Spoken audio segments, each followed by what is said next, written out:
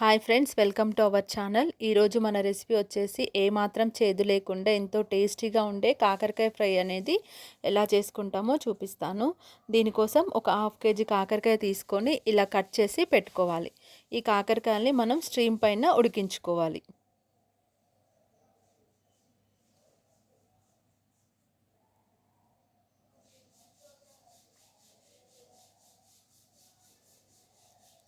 ఈ కాకరకాయని ఇలా స్ట్రీమ్ పైన ఉడికించుకొని దీంట్లో ఉన్న వాటర్ తీసేసి ఫ్రై చేసుకోవడం వల్ల మనకి కాకరకాయ అనేది ఏమాత్రం చేదు లేకుండా ఉంటుంది. ఇలా స్ట్రీమ్ పైన ఉడికించుకోవడం వల్ల మనకి పోషకాలు కూడా పోకుండా ఉంటాయి. ఇప్పుడు ఇలా స్ట్రీమ్ పైన ఉడికించుకున్నాక వీటిలో నుంచి వాటర్ అంతా గట్టిగా పిండేసి ఇలా పక్కన పెట్టుకోవాలి. ఇప్పుడు మరొక ప్యాన్ పెట్టుకొని దీంట్లోకి 1 టేబుల్ స్పూన్ శనగపప్పు, 1 టేబుల్ స్పూన్ మినపగుండ్లు, పల్లీలు, 1 టేబుల్ స్పూన్ నువ్వులు యాడ్ చేసుకోవాలి.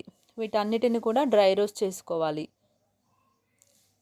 ఇవి కొంచెం ఫ్రై అయినాక వీటితో పాటు 1 టేబుల్ స్పూన్ జీలకర్ర, 1.5 టేబుల్ స్పూన్ ధనియాలు యాడ్ చేసుకోవాలి. ఇప్పుడు మన కారానికి సరిపడా ఎండుమిర్చి యాడ్ చేసుకోవాలి. వీటన్నిటిని కలిపి బాగా డ్రై రోస్ట్ చేసేసుకొని ఇలా రోస్ట్ అయినాక వీటిని పక్కన పెట్టుకొని చల్లార్చుకోవాలి. ఇప్పుడు ఇదే ప్యాన్లో ఒక 3 టేబుల్ స్పూన్స్ ఆయిల్ యాడ్ చేసుకొని మనము వాటర్ తీసేసి పెట్టుకున్న స్ట్రీమ్ పైన ఉడికించుకున్న కాకరకాయ ముక్కలు అనేవి యాడ్ చేసుకోవాలి. దీనికోసం ప్యాన్లో జీలకర్ర, ఆవాలు, కరివేపాకు, అల్లం వెల్లుల్లి పేస్ట్ ఇవన్నీ వేసుకోవాలి. అల్లం వెల్లుల్లి పేస్ట్ మొత్తం పచ్చివాసన పోయేంత వరకు ఫ్రై అయినాక దీంట్లోకి పసుపు యాడ్ చేసుకొని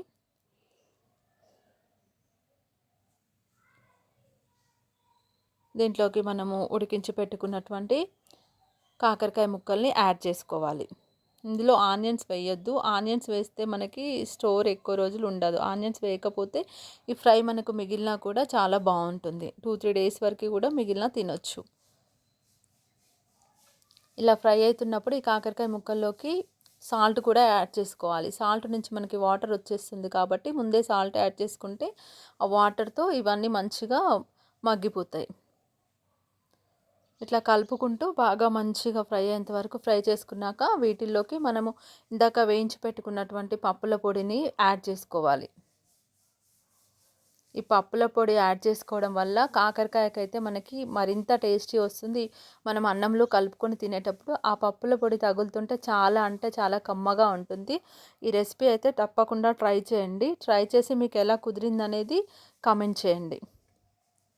సో ఇట్లా మొత్తం ఈ పప్పుల పొడి వేసుకున్నాక ఒక 5 మినిట్స్ ఉంచి సర్వింగ్ బౌల్కి తీసుకొని సర్వ్